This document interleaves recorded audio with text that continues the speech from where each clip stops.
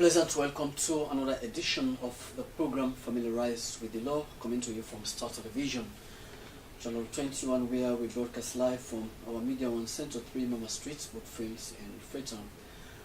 My name is Abdul Rahman Kamara. By way of introduction, I'll start by saying that perhaps nowhere in the field of legal practice in Sierra Leone has there been short paucity of literature, academic research, and jurisprudence done in the land and property law. Early attempts by scholars to discuss land law in Sierra Leone has been incomplete. Some have dedicated their research to the different form of land holding in the province, while others have focused essentially on the application of English property law in the western area as part of the British colonial legacy in Sierra Leone. Land tenure system in the law, dualism and the making of the land policy, written by Dr. Aderena Desmond Thomas, is the first serious academic attempt to comprehensively address land law in Sierra Leone, customary rules, English law, as well as the product of the interaction between the different legal regimes. These attempts seem to be pretty much commendable given the importance of the land law as a national issue in the housing, agriculture, food security, and other potential field of investment in the country. As you know, the challenge, notwithstanding, and the formal system continue to be seen abated. My guest in the studio is Lawyer Sonkita Conte, Director Namati. He will attempt to unravel the nuance and lay bare the fundamental arguments why the two aspects need not to be challenged the very understanding of the general public. The local unit commander Congo Cross Police Station, Police Superintendent Fodesese, is here to be answering questions on the role of the Sierra Leone Police in demolition exercise. Good to have you both gentlemen in the studio. Thank you so much, Yaman. It's good to be back. Great. Mr. Sese? Thank you. Great. Last one, Kitsakonte, let's begin to look at what entails when we talk of a private land and a government land. It has been a rather confusing concept in the minds of others. They may tend to look at a private land meaning to be a government land. It is only either the courts or as a result of the resolution of the Ministry of Lands may come and tell you this parcel of piece of land is a state land and a government and a private land. What are the clear distinctions? Roman, any discussion of the land tenure system in Sierra Leone is not going to be one that we will do within 60 minutes because it's complicated, it's nuanced, and there is no simple answer to questions. Now, this all stems from the fact that we have a very interesting history, which is that we were colonized by the British. Unfortunately, they did not, well, others could say fortunately as well. When they were in charge of the territory then, they did not extend their influence to every single part of the country in the same way.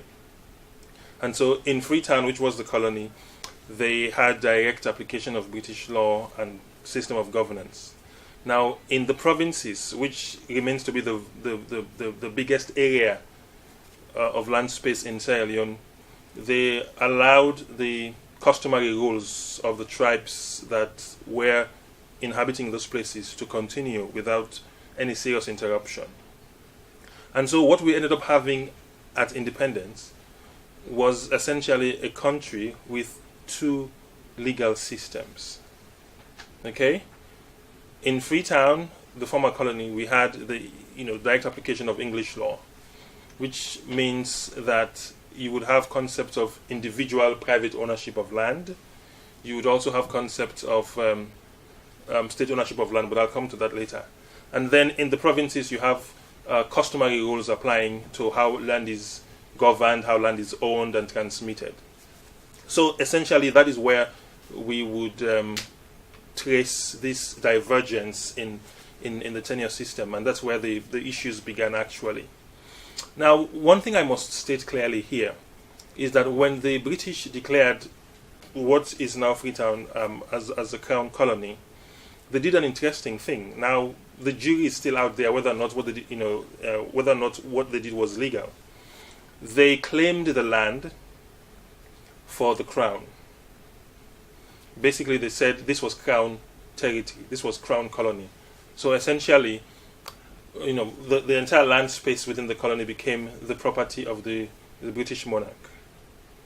And so, at independence, when they were handing the baton over to us to govern our affairs, we had set up our own system of government. So the British Crown was essentially handing over all its rights and claims and responsibilities to the Sierra Leone government. And so one of the things they handed over was this British Crown land that the monarchy used to own. So the Crown land then became state land. And so in legal theory, you would say that land in the western area, in Freetown, was completely owned by the government, by the state, because it was handed over from the colonial British government to the government of Sierra Leone as state land. And so anyone who's claiming to own individual parcels of land in Freetown should trace their claim to a right that the state had given someone in that line. So if people are claiming today that they own land, if you look at the history, or what lawyers will call the root of title, you should be able to trace right to the beginning of when the land first changed hands from the state to the predecessor in title, the person that owned the land first. You should be able to trace that, but it's not really easy because we have not kept those records. And secondly, we also have a system of acquiring land that is not necessarily the system that the state gives you the land via a conveyance. It is what we call adverse possession. So you can occupy a piece of land. If you are on that land and you're using it openly for a period of time, you can actually claim possessory title. So you have title to the land by reason of you being in possession of the land over a long period of time. So the short answer is, it is not very clear to make that distinction.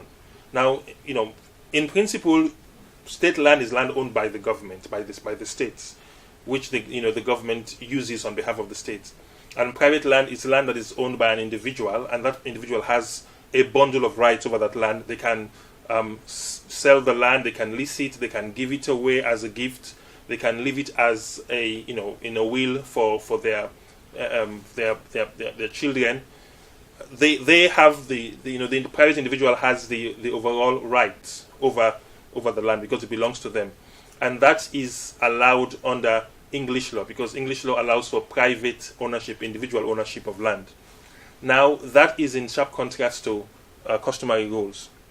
Generally, customary rules do not allow for individual ownership of land. The land is held by the group, either the family or the community. But then the individuals within the family or the community would have what we call use rights, right to use the land, but ultimate ownership over that land rests with the bigger entity, which is either the family or the community. Am I right to come to the conclusion that it's as a result of all that you've highlighted gave rise to the chaotic arrangements in the land system, especially so in the Western area? Absolutely. We have not moved with the times at all. Now, even though part of this... What is holding us back? Even though part of the system that we have in the country was inherited from the British, they have moved ahead. So in 1925, they enacted a new law that moved them many, many years forward, but we have not done anything at all. We have kept the very old system that they bequeathed to us. And I think that has been the challenge. The system is prone to misuse and abuse, and it could be captured by fraud. And because there is this enormous pressure on land and this mass movement of people from rural areas to the urban, you have seen how suddenly this whole thing has exploded. I mean, in Freetown, the number one priority for people is to access land. Okay. Because, I am keen to know, Lason Kita Conte, within this equation now, where the inheritance of land started from the British, moving down to our colonial government, from the colonial government to after independence, taking the whole aspect of governance into our own hands. Who determines what a private land is within the Western area? So we have several laws. So we have the State Lands Act, which sort of sets out exactly what state land is. Now, any land that is state land belongs to the states, and the government can exercise rights over it. At the same time, because we have a system of individual ownership of land, we have the English, legal system operating in Sierra Leone. It allows for individuals to own land, and so within this small space, you have the ability to be involved in land transactions. So the state can sell its land to individuals. Individuals can also sell their own parcels to other individuals and companies, as the case may be. I also talked about the issue of adverse possession, where someone can use land for a period of time and then claim ownership of that piece of land. So they have possessory title. So they could say, I have been using it for many generations, so as a result of that, this land belongs to me. They could history of long possession without documentation? Exactly. So that's the essence of a possessory title. Ownership comes from you being in long possession, in long, open, undisturbed possession of the piece of land. So once you can show that you've been on that land for many generations, for many years, you are able to claim ownership rights over it. Okay, let me hold a little bit, bring in Superintendent for this to say. Your job here is to actually tell the viewership what the role of the Sierra Leone police is, because generally we know the primacy of the security, especially so internal security, is your core concern. But we are faced with a situation where when officials from the Ministry of Land do undertake demolition exercise, we've seen they are often accompanied by police officers,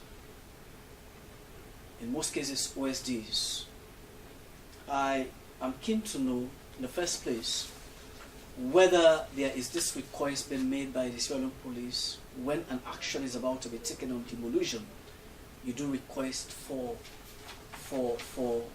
a proper documentation and order from the court before the demolition exercise is undertaken.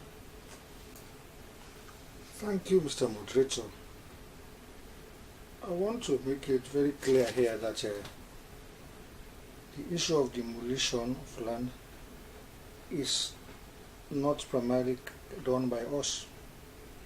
That is not our mandate. In most cases, land issues are usually determined by the court, especially where it is between two private individuals contesting a particular piece of land. And at the end of the day, when judgment is given, if there is no appeal, or if the appeal is lost, we just don't go and demolish. In fact, demolition is not part of our function. What's obtained is that when when a land has been acquitted by the courts to the winner of that matter, a request is made through the under sheriff to the Inspector General requesting possession of that land. We do not, and again let me stress it here, we do not evict, we do not demolish. As long as you are going to occupy your land, you go through the Inspector General for protection. Because the reason why police officers the reason why police officers are requested for, most times when cases are lost by a particular group, there is every possibility for members of that group to be very aggressive, especially if they had stayed on that land for a long period of time. They may want to attack the winning party. So our duty is to go and ensure that those who are who have been mandated by the courts to carry out that function, especially the bailiffs or whatever, are protected. That is our function, but it is not our mandate to remove any pin or destroy anything on that land. Please let us get that very clear. Okay, thank you very much for making that that clarification. You recall that there are instances though when ministry officials, even without a court order, suspected of a structure being put upon a state land, and they want to undertake a reclaim of that particular land. Police officers, again in most cases, are called upon. Is it the right of the police to actually go without questioning those land officials as to the reason for them to, in the first place, being there, as to whether they have the rights given to them by the court? Like What you've just explained emanates from a point where there is a court order originating from the courts that mandates you to actually provide security for the exercise to be carried out. On the flip side, it could be a case of isolation where they will just say, give me some police officers, let's go to that particular site, without a court order. That's the general consideration.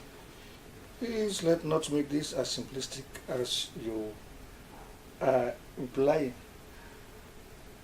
It is not that simplistic, for the simple reason that, let's say, the Ministry of Lands, as you are alluding to, Yes.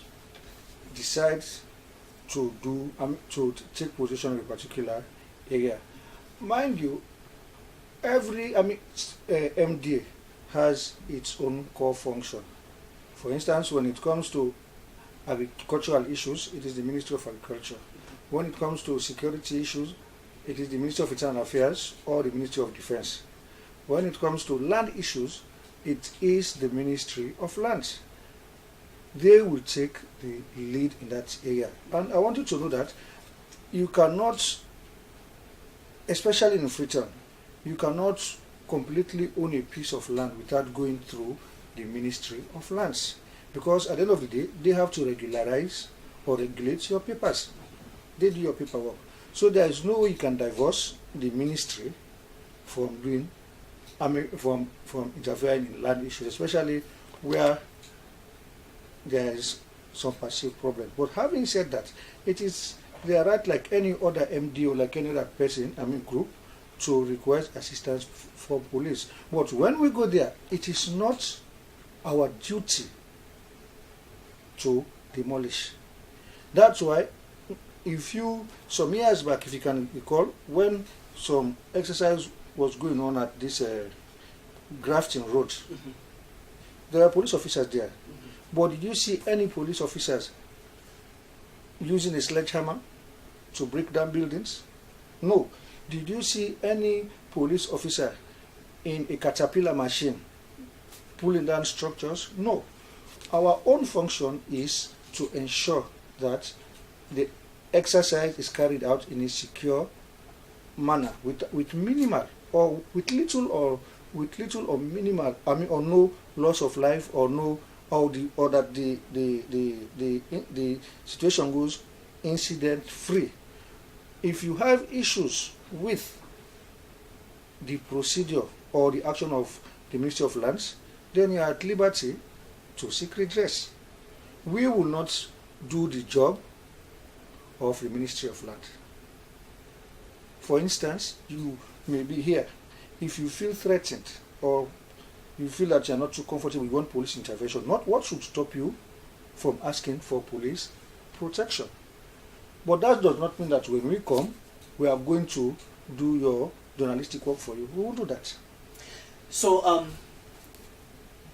if I could put it this way, the presence most often of police officers on those sites where government land ministry officials are about to exercise a demolition exercise is principally on providing security and not to interfere with the process. Yes. How much has your presence in most cases been seen as a big challenge? Big challenge in what sense? The consideration is there are many people who may tend to see your very presence, their meaning to be in connivance with the land's ministry officials. And until now you've given us this opportunity to actually tell it all as to what constitutes your core function while accompanying some ministry officials into their demolition exercise, that basically you are there to protect, and it is your duty to actually protect and not to interfere with the process. But that has not been the general understanding of the lay public as I'm talking to you. For want of better word, the Bokuma, they don't misunderstand on a road. They say, hey, policeman, I go broke all it and they all this. Unfortunately, that is the perception of so many people.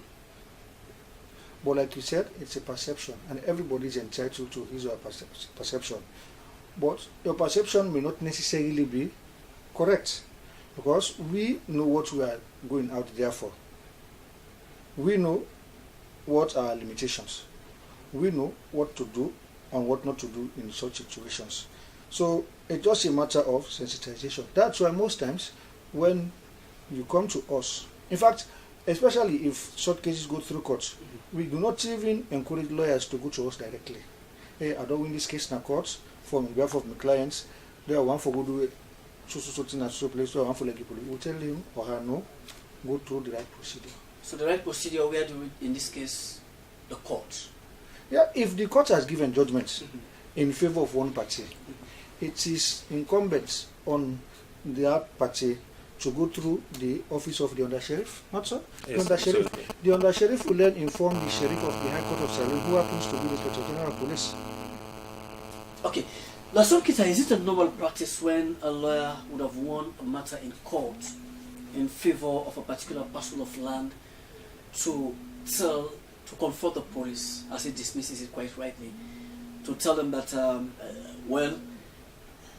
have managed to be a winner over this particular matter, will you take a necessary action? Is that a common practice? No, I would say absolutely no. Lawyers understand procedures. They know what should be done under particular circumstances, or I assume so. And so normally what happens is that once you get a judgment, the next phase would be to execute the judgment, because the judgment is like the fruit of your labor. Okay? Now you've gone through a process in court. The court has adjudicated based on the evidence, and the court has deemed one party, the winner of a particular matter. So the next stage is to actually put into effect what the courts have granted to you. Now, the proper process is for the under-sheriff's department, which is part of the court structure, part of the judiciary of Sierra Leone, to facilitate that enjoyment of the proceeds of your judgment. And the reason why it is like that is because they enjoy some sort of immunity, some sort of judicial immunity. Because when they're going in to execute a court judgment, if anything happens, they are not liable. They have immunity. They have immunity from prosecution for anything that happens.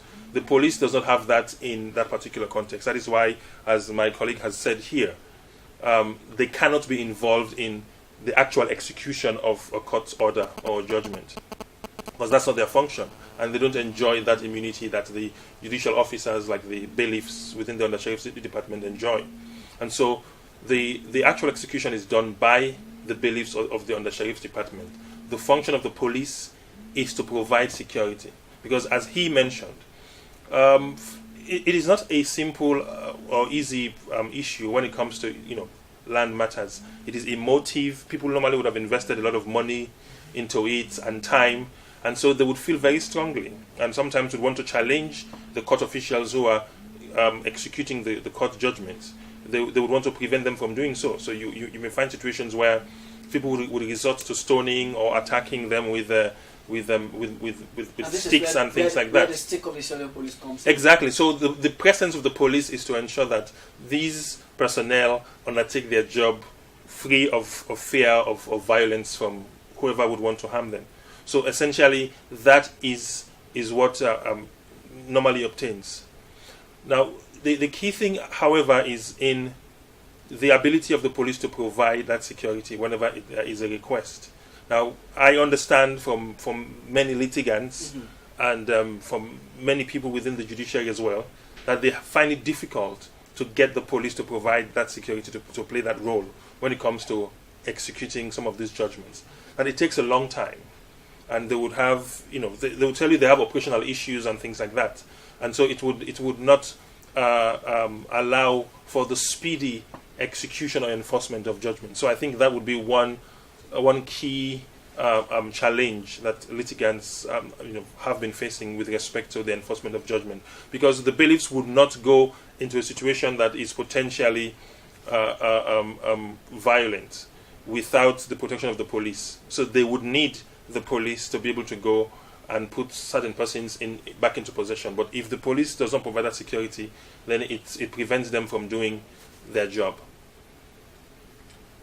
In your police community exercise engagement you have with the community, do you attempt to actually explain some of these things for people to understand the work of the police? Secondly, their work should not be misinterpreted. What you call community policing? Yes. As for me, for most of the time, I engage with my community. In fact, I am the community-oriented type of commander or police officer. I hardly spend time in my office except when I'm working on files or having a meeting. Like you said, most times people tend to have some misperception about the role of the police. But through constant engagement, dialogue, we tend to wipe out whatever misconception they may have about our roles. For instance, people over the years believe that if you owe them, it is the duty of the police to collect that debt and then hand it over to them. When they go to the police station, I will tell them, no, that is not our function. They get offended. Hey, well, I will take the law, man. Say, no, you don't need to take the law in your hand. Go to the courts and try to to recover your debt. But that is not our function. The problem with the police in this country is that we have become a victim of our success. Since 1998, when the change management reform and restructuring started till now, we've become successful in many regards. So people think we are superhuman. We should always be doing things according to their bidding. But sometimes we are restrained by law. There are certain things that we should not and must not be seen to do. Otherwise, we put ourselves in a very uncomfortable and embarrassing position. So that's the problem. But from time to time, we get community meeting with various people. For instance, since I assumed office at Code Division, I've been going from community to community, getting to know people's concern, getting to know their constraints and what they expect from us. Yesterday, I was at the Ephraim J. Robinson Primary School at Congo Town. They raised so many issues. Most of what they raised were legitimate, honestly. But we tried in our little way to let them know what is our position on such issues and some of the constraints we face and what our success and how we intend to go about such things. Okay. Last one, Kita, let me recall a situation where in early 2018, before the country's historic elections, some 4,000 citizens and 12 CSOs, that is civil society organizations, asked political parties and their candidates to endorse the We Learn Now We Future Pledge, a set of commitment to request children's rights and protection of the environment. How much has this campaign yielded the required dividend? Absolutely. I'm smiling broadly because I think we're making progress in that respect.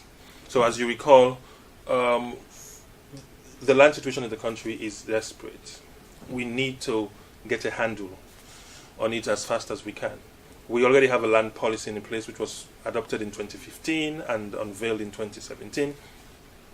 At the same time, we have seen the evidence of what mismanagement of our resources, of our forests, our peninsula, our hills, has led to. We had the mudslide in 2017, which was catastrophic. If you go up country, we have lost hundreds of thousands of acres of ancient forests. The environment is deteriorating quite rapidly. And it's not business as usual. At the moment, we have less than 5% original forest cover remaining. And so we felt that we could not continue down this line. We needed to do something. And for something to happen, we need those who are aspiring for power to make some commitments. Because they are the ones who are able to make decisions. If they say we should not cut down our forests anymore, then it becomes law. So the parliamentarians, the office of the president, the entire cabinet, these persons who were targeting these offices needed to come face to face with community members who suffer from a depletion of our resources and the destruction of the environment. They needed to talk to them. And so that was what we did before the elections. We got all the parties to come to Meta conference, and they made commitments in public that if they win power, they will respect senior rights, they will reform the land system in the country, they will protect the environment, they will make sure that we don't lose our sand like we've been losing our sand, we don't lose the forests like we've been losing the forests. And so I'm pleased to say that after some hesitation, the current government is well on its way to actualizing that. Last week we saw the Ministry of Agriculture issuing out a press release, an order effectively saying that they were suspending all forest concessions, which was something we had called for. That we can't be cutting our trees and selling the timber when we don't have enough forest left. And so that is the first great step, and I want to applaud the government for that. However, that's the easiest thing that we could do in the fight to replenish the forests. Okay? The next thing would be to actually bring that to life. So we need to stop the cutting of timber on the ground in those communities that are badly affected. And so my organization, Namati, welcomed the government suspension of the forestry concessions, but we're calling on the government to now back that up with action on the ground. So we have forest guards, we have NPAA, we have all of these players. We need to go into the communities to let people understand that no one should be cutting down trees anymore until we really get a grip on what we want to do with what we have. So it's wonderful that has happened, but the work really starts now. And we are willing to join. The citizens are willing to join because that was what they called for before the elections, that we need to take our environment seriously. And we're willing to make it happen. The winning ways into addressing the accompanying challenges in restoration of our lost forest cover, or whichever way we want to look at it, could it be a bigger challenge for the Sierra Leone police or expressly for what you call the forest guards? Because when I look at when the government announced that all forest logging concessions were to be suspended with immediate effect, there is a warning of repercussion for any violation. Absolutely. So the general impression here is until the police again comes in to ensure compliance with those pronouncements, otherwise we'll not have it right. No, but that's absolutely clear. The press release actually mentioned the police and the forest guards and all others to make sure that this thing is implemented. But what was important for me was the fact that it called on the public, the general public. Now, if you don't get the public on board, even if you have the police, you would not get the results that you want to see. You need to get the members of the public behind this whole thing, this realization that we are losing out on the things that matter to us most. And so what we want to do is to harness that understanding by the government that they need the public to get these things right, to make sure that we stop the destruction of our forests and to regenerate what we have lost so that we can get back to a position where we have enough forests that will guarantee us adequate rainfall and animals in the bush and those sorts of things. So, President, for this to say, how Does the Sierra Leone police determine their operational activities pretty much successful to linking their effort with the cooperation of the general public? I would start by saying that for whatever operation we undertake or intend to undertake is aimed or geared towards achieving a societal cohesion. And it is for the public good that we undertake operations. And mind you, not all operations will be accepted wholeheartedly by everybody, because in any situation you have people who benefit the most and you have people who tend to lose out. And man by nature loves continuity. So if we want to take operations that they think are inimical to their interest, they may tend to resist. But there comes in leadership, there comes in firmness, there comes in dialogue. Sometimes it is necessary to dialogue with people. That's why, let me give a typical example, shifting a little bit from land issues. Sometimes when we want to undertake operations geared towards road safety, we tend to put out press releases beforehand in order for people to know that we are about to do this and it is in your own interest. Many people will tend to abide by those press releases, but you'll have a handful who will tend to test our resolve, and that is where the problem comes in. But most times, even though we are doing the best we can, certain people never appreciate. They will criticize us, they will this, that, but we've been used to that. It's part of the job. In all of these, where do you see the chunk of the challenge coming for the Sierra Leone police in terms of maintaining law and order in the state? One is the mindset of people. That's the first thing we need to work on. I usually tell people that crime goes with punishment, but we should not obey laws because of the fear of crime alone. We should obey law because it is morally incumbent on us to obey laws. It's not because a police officer is here, so you should obey law. But even when he's not there, because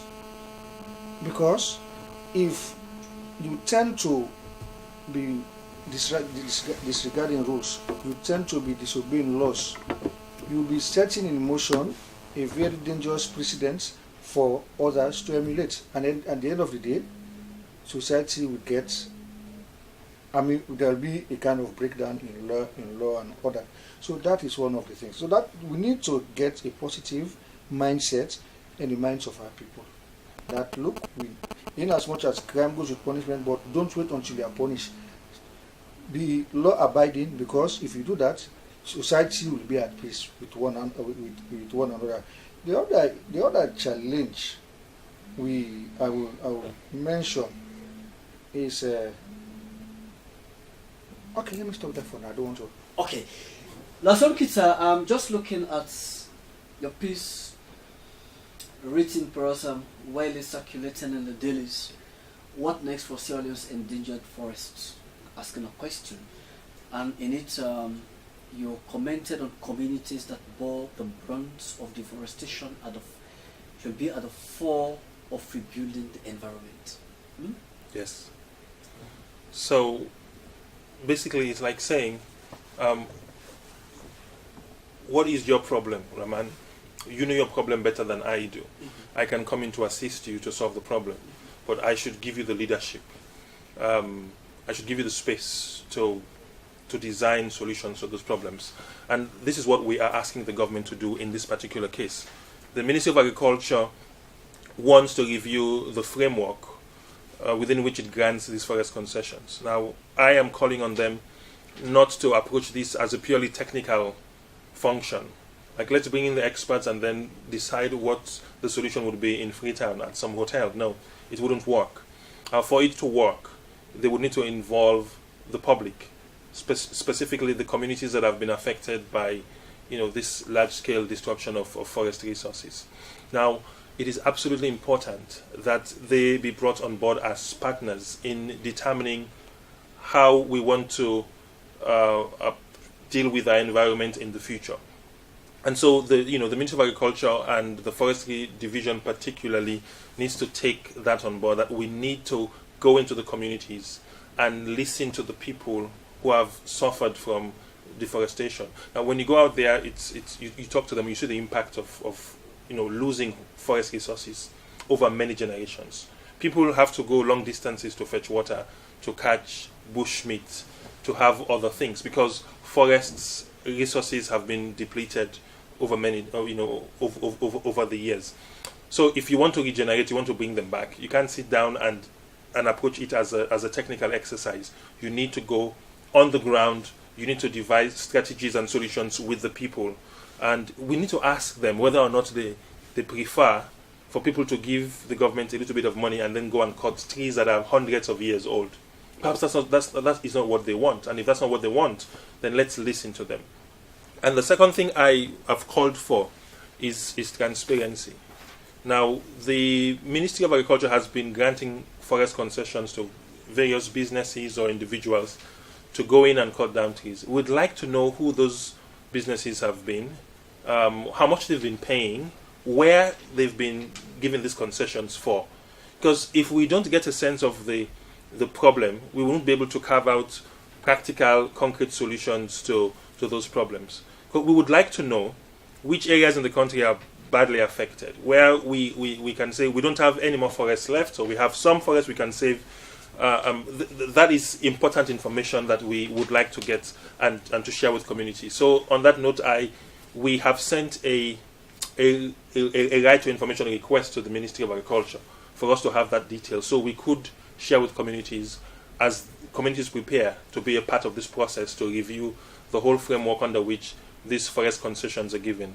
I'm using this medium to appeal to the Ministry of Agriculture to put those records together for us, so that we would be in a position to share with communities and the public on what has been happening to our forests over the past years. Superintendent, for this to say, I'm keen to know whether the population progression in relation to the numerical strength of the Sierra Leone police is a key challenge in maintaining law and order. Yes, it's one challenge that we've been grappling with. But like all other organizations, problems are bound to occur. But we tend to look beyond the problem in order to manage it or to forge ahead. Definitely, the entire strength of the police is less than 20,000. And we are policing a population of about 7.1 or 7.2 million people.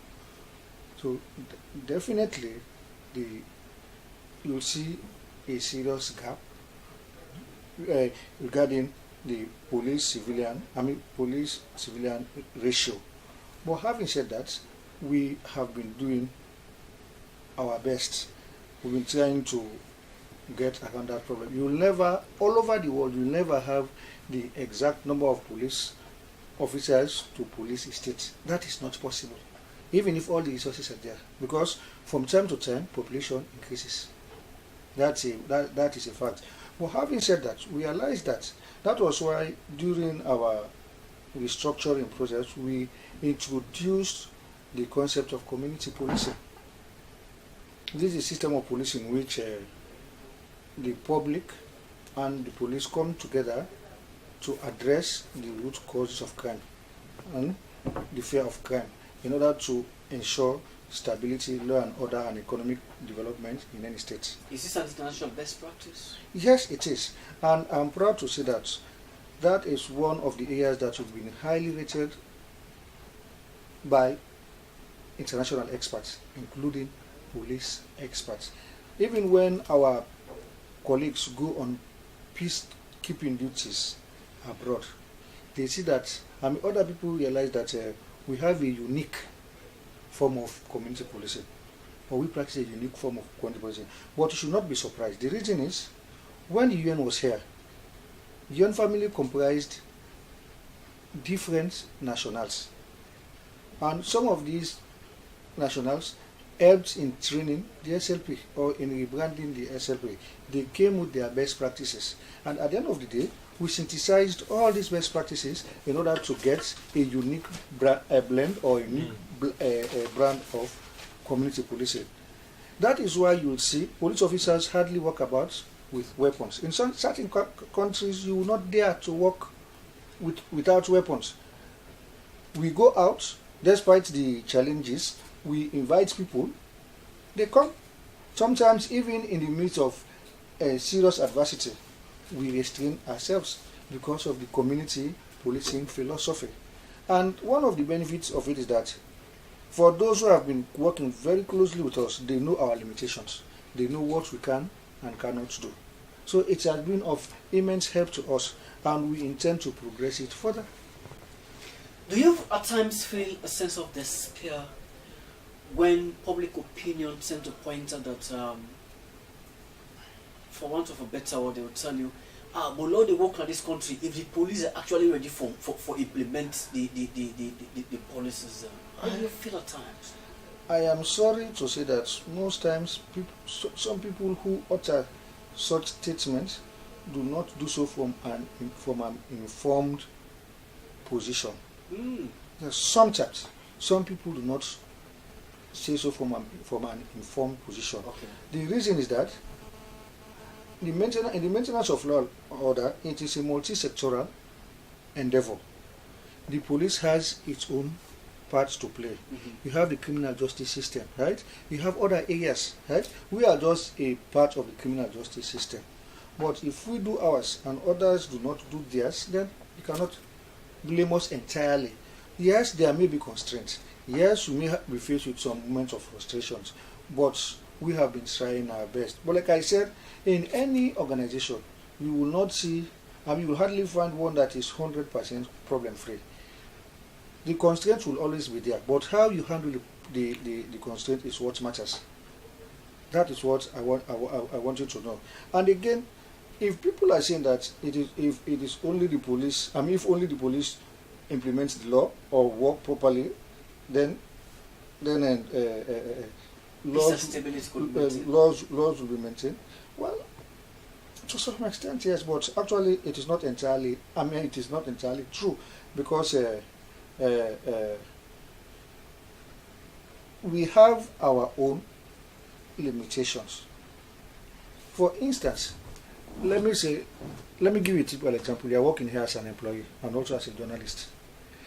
Why wait for a police to arrest you for a crime when you know that if I are involved in this particular crime, this is what and what will be the consequences?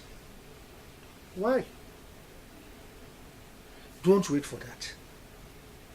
Why offer a bribe to a police officer? Don't do that. If you've committed an offense, why not be man enough to go and face the consequences of your action? Sometimes I've come across situations in which, even though the police officers are trying to do their best to do to do the right thing, they are being heavily influenced. Well, in most cases, it's the interpretation of the generosity. It could be a facilitation fee. It could be a token of appreciation. One could tend to be seen as a bribe. I'm talking about a situation in which where you know you have committed an offense, Okay. right? And the police want to take the right action, yet still you want to have your way through. Okay. Which is bad. Okay. Last one, Kisa, we don't seem to have much time left again. You've been around as the director of NAMATI, and part of your advocacy is to take up issues that actually disadvantage, grossly so, people up country in terms of their relationship with multinational corporations when they come into the country to invest, in terms of whether the laws are there that favors their operational activities. And I'm sure most multinational corporations will not like you for that of your exercise. Just like how some people wouldn't like the activities of the police officers, some police officers. What are you envisaging that could be a smooth way that could benefit both the local natives and the multinational corporation that comes in to invest in terms of solid framework and laws? So, whilst you were asking that question, I was smiling because it's about changing perception and making people understand that it's not a zero-sum game in which you lose, I gain. Okay? There is a situation where we could both win. Mm-hmm. And so part of our work is also to get these corporations to understand that it doesn't have to be that way. And I'm pleased to report that we're succeeding because they're beginning to see that it's important for both the company's operations and the peace and stability and development of the community, for both of these parties to dwell together in harmony. Because if the company goes in and misuses its social capital, then it's not going to have a smooth time operating in that particular community. So I think the companies are now understanding the importance of doing the right thing, engaging with communities, making sure that consent is sought the right way, and at the end of the day, the investment prospers and grows, and the people feel happy to continue to host the investments. So we don't want to be perceived as being adversarial.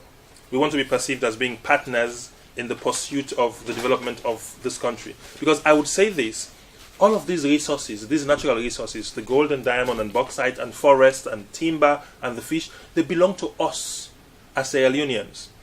And so anyone who's coming in to exploit them should do that in a way that benefits us as well as their pockets. And that is what we are simply trying to do, making sure that these arrangements are fair and responsible, so that in 200 years' time we would still have forests and fish and gold and diamond and bauxite and ore still remaining for our great-grandchildren to enjoy. So what could be your final remark that you may want to give out, especially so to the government, in ensuring that they have a conducive working environment in terms of what you're clamoring for? So my message would be, this government has accepted that there is need to reform the whole land tenure system, Mm-hmm. and it's taking steps towards that. The step should continue, but it has to be steps that are taken in consonance with people and community. What as a nation do we stand to benefit? We stand to benefit a lot from our resources, which, quite frankly, over the many generations, we've not been benefiting from at all. Resource costs. Absolutely. Okay. Superintendent Fode Sisi, what could be your message, especially so for residents within your jurisdiction, the Congo Cross axis, in terms of police-community relationship? My message, And to further reiterate the need for police to accompany land ministry official, not to be seen on the wrong side. thank you, Mr. Moderator. My message to my people out there is that please try to understand our role. Our role as far as eviction is concerned is to provide security for the appropriate staff who have been mandated to carry out that function and nothing more. The sooner we get this idea straight, the better. Because most times, like you said earlier, we are being castigated unfairly. It is not the duty of the SLP to evict people. We are only there to ensure that the officials who have been assigned that responsibility carry it out in a secure atmosphere. You remember a few years back, in the case of late Mr. Kenmo, he went out there to do a legitimate job. At the end of the day, And few people wasted his life. few people wasted life, including one female police officer who was killed. But unfortunately, many people did not know about that. They were only focusing on Mr. Kenmo. These are some of the challenges that we face. Having said that, I will also use this opportunity to talk out. To inform my people out there that crime does not pay. Because nowadays we are experiencing some increase in criminal activities, especially on the part of youth. Please, now that you are young, use the energy that God has given you to progress yourself for your old age. Because if you take crime as a lifestyle, only one of two options will be your fate. One, either you end up in prison, or two, you end up in the grave early. And it will be a very sad day to see you in the grave early when you have so much to do in this life. Try to impact your generation so that by the time the strength comes out from you, people will say, this man lived his life meaningfully. He impacted his community. He impacted his nation. Thank you. Thank you both gentlemen for sparing your time today being part of this program. Sonkita Conte, Director Namati, and Local Unit Commander Congo Cross Police Division, Superintendent Fodesose. As I said, viewers will have the opportunity to get a repeat of this program at exactly 11 tonight. Stay tuned to Star Television Channel 21. And if you missed this first segment, you will have the opportunity to get a rewatch of the program at exactly 11. Till then, this is how I draw the curtain into this edition of the program. My name is Sabi Roman. Can I stay blessed?